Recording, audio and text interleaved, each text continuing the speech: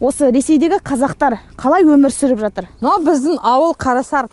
Боташка, с ваших краев казахстанский. Қазақша сөйлеуін біле ме ауылда? Ойбай, біз қазақша болғанда қандай? Біздің неде, мысалы біз даже орысша дұрыстап білмейміз. Құрбан айт, ауыз аштырамыз. Көп ауылдар болды, қазақ ауылдары, ұсақ-ұсақ. Қарасартқа 240 лет было. А негізі қанша бала оқиды қазір?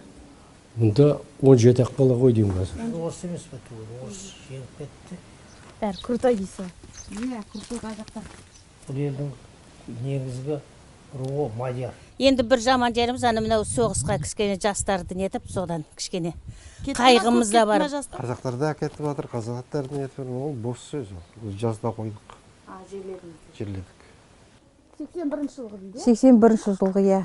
Бізде осы соғыс бітсе, шіркін сол. Өзіміз осы жерде тудық, осы жерде өлеміз енді. Біз басқа жерге барсақ күн көре алмаймыз.